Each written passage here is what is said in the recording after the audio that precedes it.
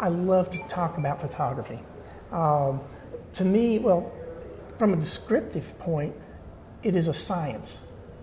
I know nothing about that part of it because it's just way over my head. In the digital world, it's pixels and all that type of thing. I somewhat understand that, but I can't explain it. I'm not an engineer. So I leave that to the people who understand that. Photography for me is a passion, as you'd mentioned, but it is an art form. And that art form takes on different styles and techniques and that sort of thing. And so that's one of the things that I do. I practice the craft of photography by playing, so to speak, in these different forms. Well, see, I love the cultural art. I love documentary photojournalistic because to me it's real, it's pure, and it's storytelling. I am a storyteller at heart. And so that's probably my favorite. But I do enjoy doing family portraits and children. The world of photography and documentary and what we are about as artists is to capture the spirit of our subjects. That changed my whole world. Something in my heart that kept tugging to go to Honduras. So there was 4 of us that got together, came down here on a fact-finding, and my eyes were opened to a totally different world. I was told that Honduras was the poorest nation in Central America. I don't know if that's true or not, but I do know that I had seen a level of poverty that I'd never seen before, and that bothered me. Our first team that we brought down here was to Yucatan to work with the children in that village or that town. And I started falling in love with the people and the culture of the Honduran people. And I met a lot of incredible people, and to see some people want to feel sorry for them, but they're a very content people, very beautiful people, a people that has ingenuity, is capable of living off the land. So much of the things that so many people have forgotten how to do. And I had that opportunity to document that. I also had the opportunity the following year to photograph a lady.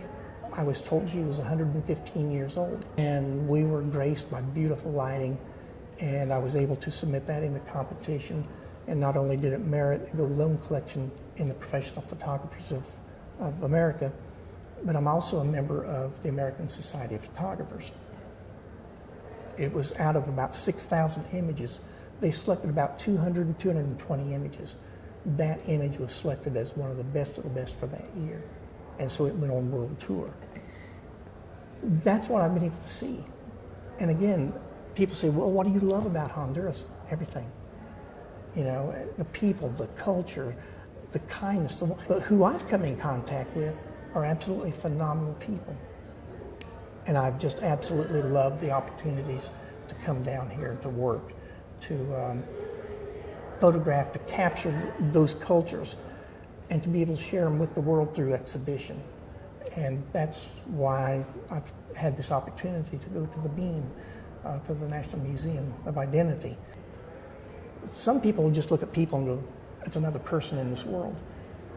But I see more of a uniqueness. So those people have made an impact for me to look deeper into that person, of who they are, what they're about.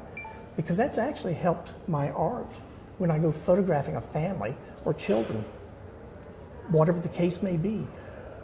It makes me stop and think a little bit deeper of what that family is about, what makes them so cohesive. So that's one of the greatest impact this has had on me, is to help me look deeper into the people I'm going to be working with. That's exciting because when you work with a student, whether they're professional or amateur, whether they've had 20 years or 20 weeks, it's exciting because when they have that desire to learn, it's an absolute joy for an instructor to work with that kind of person. I was able to give them different assignments, and I was able to instill certain things into them that there was an attitude of, we can't make a living here. Well, no, but fortunately through the internet, we have to be thinking more global. And if you think in those terms of market more globally, you've got an opportunity to make, I mean, we have Flickr, we have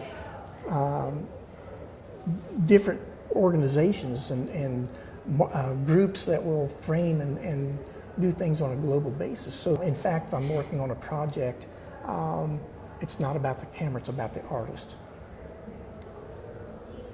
I may be letting the cat out of the bag, but one of the things I'm wanting to do is to have a project here to reach out to the underprivileged youth.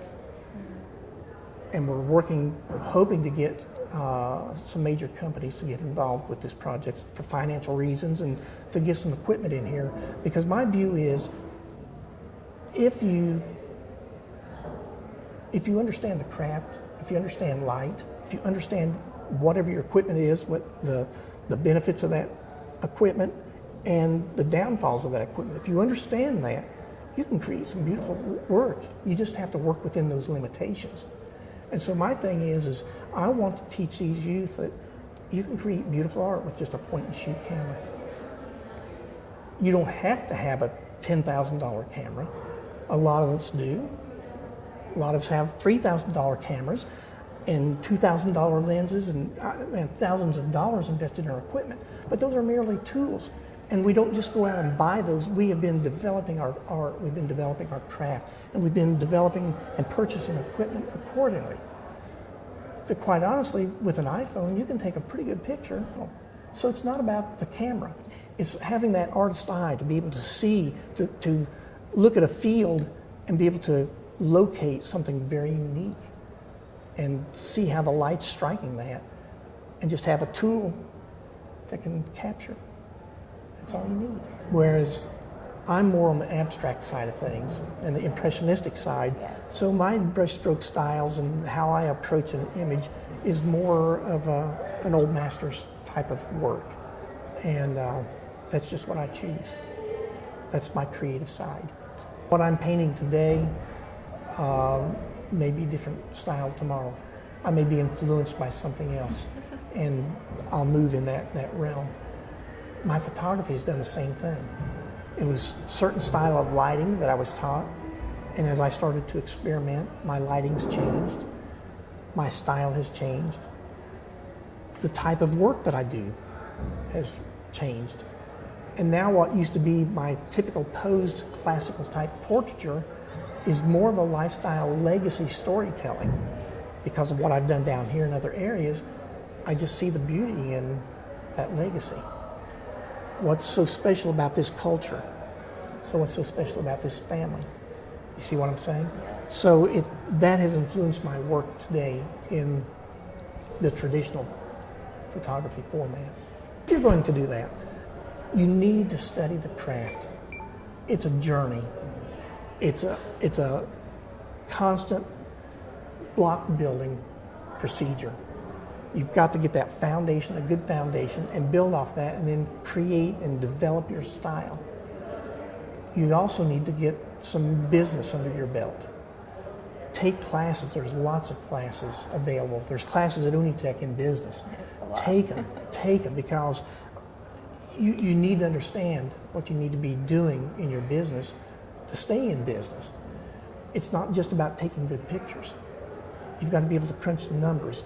You have ebbs and flows in business, and you've got to be able to roll with that, to be able to understand a P&L, a profit and loss statement, and a cash flow statement. You need to be able to understand those types of things and to be able to make adjustments accordingly. And to put a business plan in place. If you don't have that business plan, you're just sort of out there floating somewhere. You need to have a direction. You know, if a ship doesn't have a rudder, it's going to be blown with the wind. But if you have that rudder, i.e. the business plan, that direction, you can stay right on course. So those are the suggestions I would make.